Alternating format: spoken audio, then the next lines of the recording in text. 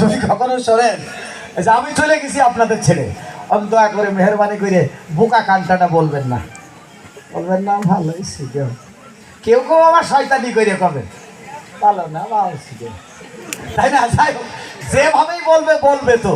হ্যাঁ, আপনারা যদি কেউ যদি এখানে আমার নামে কেউ যদি বদনাম করেন, আমি কিন্তু খুশি হব।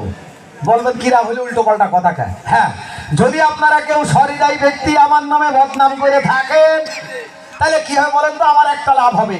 সেই লাভটা এই, আমার ওই সহৃদয় ব্যক্তি যে নামাজ কালাম পড়ে ইনশাল্লাহ ওই কি বলে ধরো, না না না, ওর আর একটা নাম আছে, বুঝতে হবে তো। সোয়াব, সোয়াব আমি গেছি। যদি কোনো ভাই সোয়াব আদায় করে, ইনশাল্লাহ আমার চলে আসবে।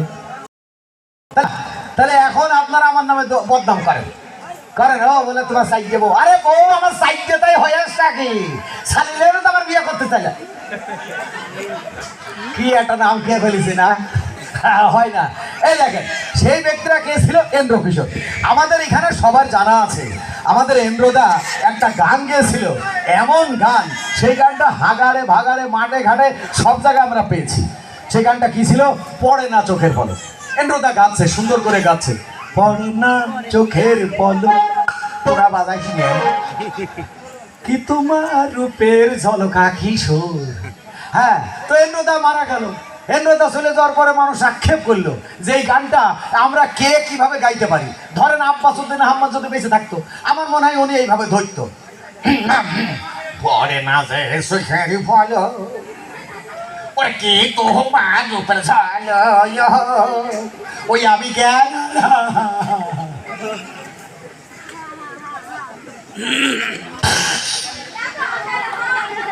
ওই আমি জ্ঞান হারাবো, মরে যাবো, বাঁচাতে পারবে না কেউ, পড়ে না যে চোখের পলক। ঠিক আছে, ওনার জন্য দোয়া করবে ইনশাল্লাহ, নামাজ কালাম সহ, জাল্লা যেন ওনার আত্মায় শান্তি দেয়। আমাদের বাংলাদেশে একজন ব্যক্তির নাম ছিল, মানে কোকিল কণ্ঠর অধিকারী। সে কি ছিল বলুন তো? আব্দুল আলী। যদি আব্দুল আলী বেঁচে থাকতো, আমার মনে হয় উনি ওনার সুরে ধরত, পড়ে না চোখের পলক, কি তোমার রূপের ঝলক, আমি জ্ঞান হারাবো, যাবো। ক্যাসেটের ফিতে জড়ে গেলে কি হয়তো হারে, তো যাই হোক, ক্যাসেটের ফিতে জড়ে গেলে এরকম হইতো। তনু আজকে আমার আপনার মধ্যে নেই, ইনশাল্লাহ নামাজ কালাম পড়ে তার জন্য দোয়া করবো, আল্লাহ যেন তার কবরখানা বেহেশতের টুকরা বানাই দেয়।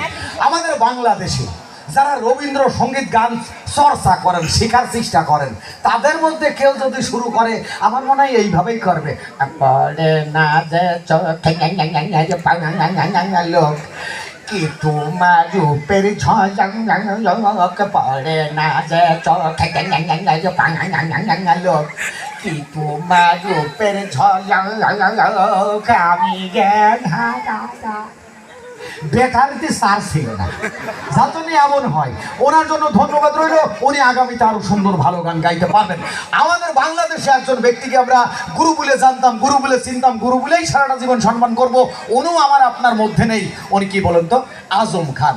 এই আজম খান যদি গানটা ধরতো, আমার মনে হয় এইভাবে ধরতো, পড়ে ডরাবেন না, এটা একটু ডরানো মতন, হে পড়ে না চোখের পলক, কি তোমার রূপের ঝলক। এই দোহাই লাগে ভক্তি তোমার, একটু আসলে দেখো জাম লাস্টে টানেনি কেন জানেন? যদি গলার তার ছিঁড়ে যায়, এ আছে ব্যাপার। যাই হোক, এখন আমি কুষ্টিয়াতে এসেছি, লালনের দেশে এসেছি। লালনের দেশে যেহেতু এসেছি, আর আমার যেহেতু সংখ্যায় কম থাকলেও 5 জন মা বোন থাকলেও আছে, তা আমার মনে হয় একটু লালনকে সম্মান করে যাওয়া উচিত। কি, আমরা বেশিক্ষণ হয়তো বা আপনাদের সামনে হাও খাওয়ার করবো না, অল্প কিছুক্ষণের মধ্যে এই হাও খাওয়ার বন্ধ হয়ে যাবে, আমাদের অনুষ্ঠান শেষ হয়ে যাবে। আমাদের অনুষ্ঠান যখন শেষ হয়ে যাবে, তখন ইনশাল্লাহ আমার মা বোন একটু পরে বেরোবেন, আমার পুরুষ ভাইরা আগে বেরোবেন, যেহেতু মা বোন হট্টগোলের মধ্যে তো যেতে পারে না। আমি আপনি সহযোগিতা করবো, কি একমত আছেন তো? কথা কয় না রে, ঠিক আছে। কিরে পিছনে বাদ দিলি কা? ঠিক আছে। বলি মা তোর চরণ ধরে